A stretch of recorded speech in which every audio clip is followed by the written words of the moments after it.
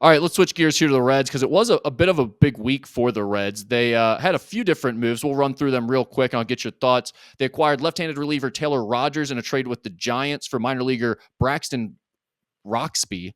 Rogers is 34. He has closing experience and could slide into that role for the Reds or potentially join a committee with Alexis Diaz. He excelled for the Giants last season, posting a 2.40 ERA in 60 innings while striking out 64 and walking 20. They also agreed to a minor league deal with left-handed pitcher Wade Miley, a familiar name for Reds fans. He's 38 years old. He spent the 2020-2021 seasons with the Reds. He was great in 2023, the last season he really pitched with the Brewers, had a 3.14 ERA and 23 starts, but then an elbow injury forced him to miss most of last year with Milwaukee. And then on Tuesday, they signed free agent outfielder Austin Hayes to a one-year deal worth $5 million. Hayes is 29. He's a right-handed batter. He's played all three outfield spots, will likely be in one of the two corner spots, but he was an all-star in 2023 with the Orioles prior to being traded to the Phillies last July.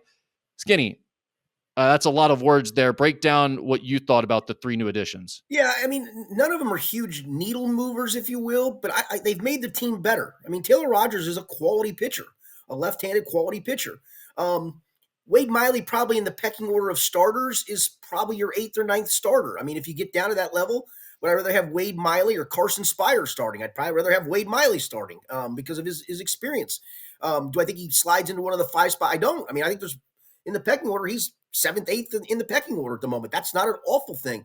And then Austin Hayes, listen, last year he dealt with a kidney ailment, had another medical issue as well. I don't think he's cleared his physical yet to join the Reds. He's not officially on the 40-man at the moment, I don't think. But let's just assume, for argument's sake, he does. He's a career 800 OPS against left-handed pitching. I think that makes you a better team. It allows you to maybe straight platoon in the outfield, if you will. You have a whole right-handed hitting outfield and a whole left-handed hitting outfield. I don't think that's an awful thing. I think it's made this team better. Has it moved the needle to go, this is a World Series champ? No, but I think you've made your team better. I think the Gavin Lux team made your team better. I think Brady Singer makes your team better.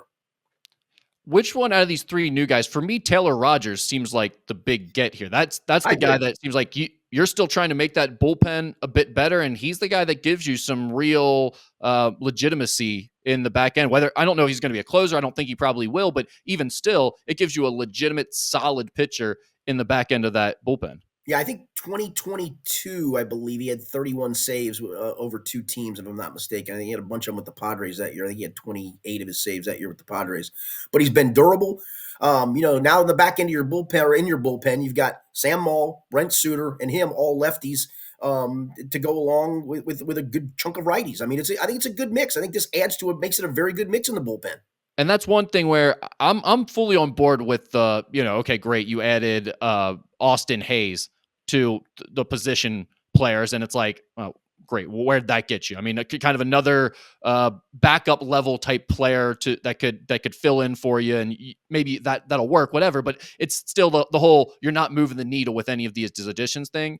From a pitching standpoint, when you start talking about, the addition of Brady Singer, the addition of Taylor Rogers, I do think they have clearly made the pitching staff better this offseason. I'm starting to get excited about the depth they're building there. And Rick, I think the point all along too is this, and nobody's going to want to hear it.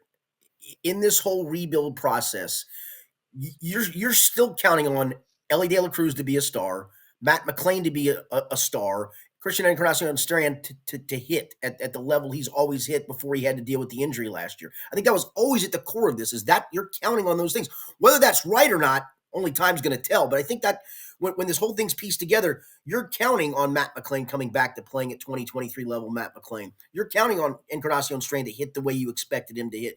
You're expecting Ellie to continue to get better, which is scary to think about. I think those are things you're counting on. Again, you can argue that, well, that's not exactly a plan. Well, for those that are clamoring for the Luis Roberts of the world, I mean, is he the guy of 2 years ago, or is he the guy of last year who was just a disaster?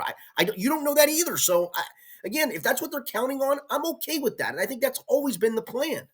Yeah, I'm not clamoring for Luis Roberts, but I also would say to that point, that's fine. That's your plan. And there is, I agree with that to some extent. Those guys have the potential still to break out. Last year wasn't what you wanted to be for really any of those guys for the most part, but there is still a lot of potential in some of those young guys. That being said, last year should have been an eye-opening experience that you never have enough. Just because you think you have some young talented guys, counting on all of them to pan out in the same year is a bad plan. So if that's all they're doing this year is like, well, actually, all three of those young guys that we thought were going to be stars a year ago that didn't pan out, they will actually be stars this year. That will not work. I promise you that. It will not. So maybe the idea is the pitching staff's going to be incrementally better and all those other guys are going to be incrementally better. And that gets you 10 more wins and it gets you closer to the cut. I don't know. And they're just going to try to be competitive this year. And that's enough for them. But to me, that's like the best case scenario. I don't think you've done anything that suggests you would be competing towards the top of your division. Yeah, but I just don't know, looking back on how this offseason unfolded for a lot of teams, what was out there that was going to that they could afford to go get to move the needle. Whether you like to hear that, not you personally, whether fans like to hear that or not, I mean, it's just a fact of the matter. There is a payroll constriction there. You may not like it, you may not agree with it, but there just is. And so working under the confines of that, I think they've made their team better.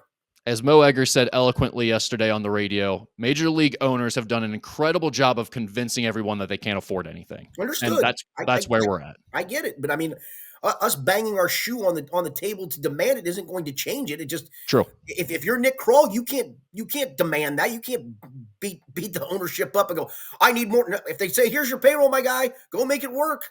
Guess what you got to do? You better go try to make it work. And I think he's done a pretty good job of that.